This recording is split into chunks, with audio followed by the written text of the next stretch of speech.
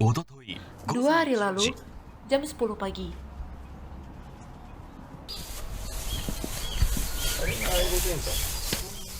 17 hari setelah ular besar kabur dari kandangnya, tanpa ada petunjuk yang kuat, 1 hari sebelum polisi menghentikan pencarian. Usaha pencarian telah lumayan banyak berkurang, tapi masih belum berhenti.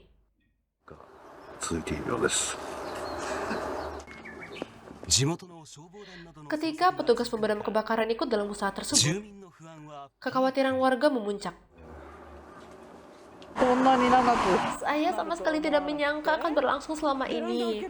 Dan setiap kali saya membuka balkon, saya takut melihat ada yang melilit di sana. Setiap hari saya penuh dengan kecemasan. Ya, tapi saya benar-benar berharap agar pencarian ini cepat selesai. Sebelum jam 3 sore, terdapat pergerakan di pesisir sungai. Saat ini, petugas pemadam kebakaran sedang berkumpul dan mencari di sekitar sungai. Sepertinya ada informasi mengenai penampakan ular. Informasi penampakan ular tersebut yang mengejutkan membuat petugas pemadam kebakaran dan situasi menjadi tegang. Dari saksi yang memberikan informasi penampakan ular, saya terus melihatnya lalu dia bergerak. Benar, kira-kira sepanjang ini. Ada di balik semak rumput itu, di sekitar situ. Setelah diselidiki di sekitar tempat tersebut, ularnya ditemukan. Ular Aodaisho.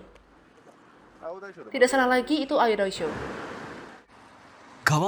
Yang berwarna hitam kelam yang terdapat di sungai tersebut adalah ular tikus Jepang. Bukan ular piton yang dicari-cari. Dalam setahun saya bisa melihat sekali sampai 2 kali sih. Lumayan sering terlihat ya. Benar. Mereka biasanya memang ditemukan di semak-semak kecil sih.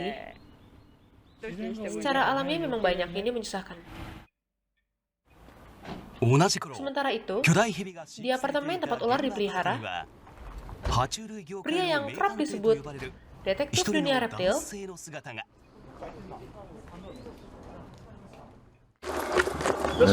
seorang ahli di bidangnya, Shirawa telah sampai di TKP.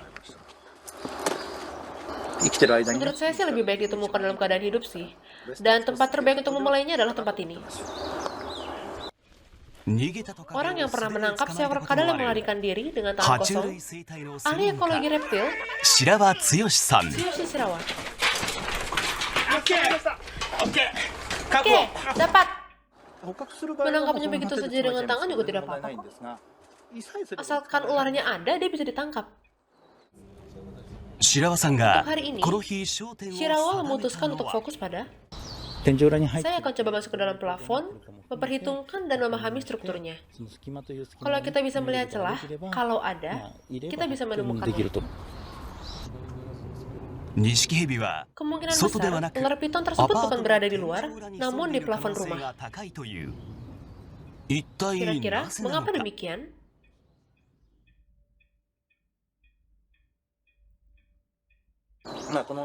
Menurut laporan orang yang tinggal di daerah ini, mereka dapat mendengar suara-suara.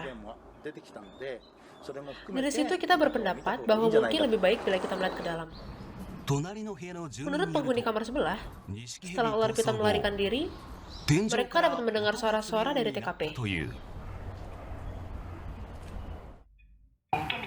Karena saya dapat mendengar suara-suara, saya jadi agak penasaran. Selain itu,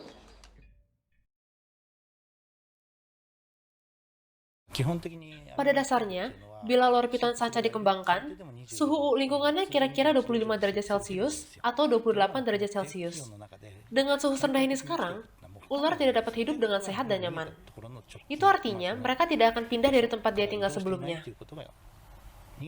Ya, walaupun kabur, pasti tidak akan jauh.